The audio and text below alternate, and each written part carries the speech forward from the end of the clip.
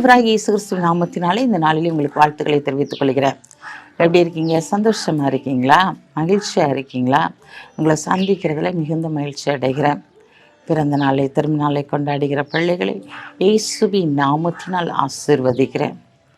இந்த நாளிலும் கூட நம்முடைய வாழ்க்கையில் இருக்கிற பிரச்சனைகளுக்கு ஒரு முடிவு வராதா என்று சொல்லி நீங்கள் ஏங்கி தவித்து கொண்டிருக்கலாம். இந்த பிரச்சனை எப்போதான் என்னை விட்டு ஓயும், எப்போதான் என்னுடைய வாழ்க்கையில் நான் நிம்மதியாக இருப்பேன், சந்தோஷமாக இருப்பேன், என் குடும்பத்தில் சமாதானமே இல்லையே, குழப்பத்தின் மேல் குழப்பம் கடந்து வருகிறதே என்று சொல்லி நீ அங்கலாய்த்து கதறி கொண்டு இருக்கிறாய் அல்லவா? இன்றைக்கு ஆண்டவர் உன்னை பார்த்தா சொல்கிறாரு, இன்றோடு உன் பிரச்சனைக்கு முடிவு வந்துவிட்டது. இன்றோடு உன்னுடைய வாழ்க்கையில் என்னென்ன காரியங்களை முடிவு வர வேண்டும் என்று சொல்லி எதிர்பார்த்து காத்திருந்தாயோ அந்த காரியங்கள் அனைத்திற்கும் ஒரு முடிவை தேவன் இந்த நாளிலே கட்டளையிட போகிறார். விசுவாசிங்க. வாசிக்கிறேன் கேளுங்க. நீதிமொழிகள் 23ஆம் அதிகாரம் 18ஆம் வசனம். நிச்சயமாகவே முடிவுண்டு உன் நம்பிக்கை வீண் போகாது என்று சொல்லி வசனம் நமக்கு அருமையாய் சொல்லுகிறது. பிரியமானவர்களே, இந்த நாளில் உன் பிரச்சனைகளுக்கு ஒரு முடிவு உண்டாயிற்று, உன் வேதனைகளுக்கு ஒரு முடிவு உண்டாயிற்று. இந்த நாளில் என்னென்ன வியாதிகளுக்கு ஒரு முடிவு உண்டாயிற்று, என்னென்ன காரியத்தில் முடிவு வேண்டும் என்று சொல்லி நீ கலங்கி தவித்து கொண்டிருந்தாயோ அத்தனை காரியத்திற்கும் ஒரு முடிவு இன்று கடந்து வருகிறது. நீ விசுவாசிக்க மட்டும் செய்ய வேண்டும். விசுவாசத்தினால் நீதிமான் பிழைப்பான் என்று சொல்லப்பட்டிருக்கிறது. நீ விசுவாசித்தால் தேவனுடைய மகிமை காண்பாய் என்று சொல்லப்பட்டிருக்கிறது. இன்றைக்கு உன் பிரச்சனை முடிவுக்கு கடந்து வருகிறது, உன் வேதனை ஒரு முடிவுக்கு கடந்து வருகிறது. ஏன் நீ கலங்கி தவித்து கொண்டிருக்கிறார்? நிச்சயமாகவே ஒரு முடிவு உண்டு, உன் நம்பிக்கை வீண் போகாது என்று சொன்னவர் இன்றைக்கு ஒரு முடிவை கொடுக்கும்படியாக உன் குடும்பத்திற்காய் அவர் கடந்து வந்திருக்கிறார். ஏன் கலங்கி தவிக்கிற?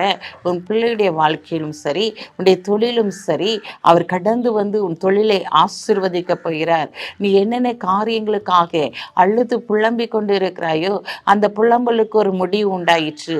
அந்த சஞ்சலமும் தவிப்பும் ஓடி போக போகிறது. அப்படிப்பட்ட காரியத்தை தேவன் இன்றைக்கு உங்களுடைய குடும்பத்திற்காய் கடந்து வந்து செயல்படுத்தும்படியாய் கடந்து வந்திருக்கிறார். பிரியமானவர்களே, நீங்க செய்ய வேண்டிய ஒரே ஒரு காரியம் விசுவாசிக்க வேண்டும். நீங்கள் விசுவாசிச்சா எல்லா காரியத்திற்கும் ஒரு முற்றுப்புள்ளியை தேவன் வைப்பார். எல்லா காரியத்திலும் தேவன் உங்களை மேன்மைப்படுத்துவார். எந்தெந்த காரியத்திலெல்லாம் நீங்கள் தேவ சமூகத்தில் காத்திருந்தீங்களோ அத்தனை காரியத்திற்கு ஒரு முடிவு இன்றைக்கு கடந்து வருகிறது. உன் பிரச்சனை இன்றோடு முடிந்து போனது, உன் கண்ணீர் இன்றோடு முடிந்து போனது, உன் துக்கம் இன்றோடு முடிந்து போனது. இந்த நாளில் தேவனுடைய வார்த்தை உங்களுடைய வாழ்க்கையில் அற்புதத்தை செய்ய போகிறது. தேவனுடைய வாழ்க்கையில் என்னென்ன அற்புதத்தை செய்ய வேண்டும் என்று சொல்லி தேவனுடைய சமூகத்தில் காத்திருந்து ஜெபித்தீர்களோ அந்த அற்புதங்கள் இன்றைக்கு நடைபெற போகிறது.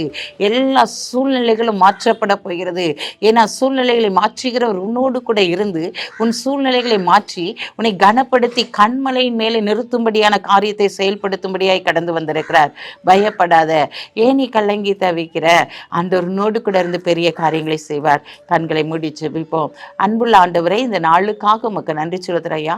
இந்த நாளிலும் கூட தகப்பனே துதிக்கிற சோதரிக்கிறையா. உடைய பிள்ளைகளுடைய வாழ்க்கையில் இருக்கிற பிரச்சனைகள் இன்றோடு முடிந்தது. எல்லா தடைகளும் இன்றோடு முடிந்தது.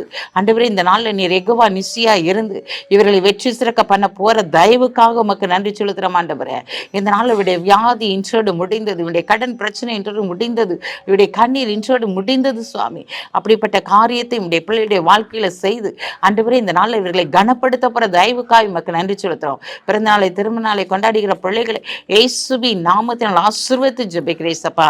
உன் துக்கம் சந்தோஷமாய் மாறும் என்று சொன்ன வார்த்தையின்படி அவருடைய துக்கங்கள் அனைத்தும் சந்தோஷமாய் மாறப்போற தயவுக்காக உமக்கு நன்றி செலுத்துறோம். பொறுப்பெடுத்துக் கொள்ளுங்க. ஆசீர்வதிங்க. இயேசுவின் நாமத்தில் ஜெபிக்கிற நல்ல பிதாவே. ஆமென்.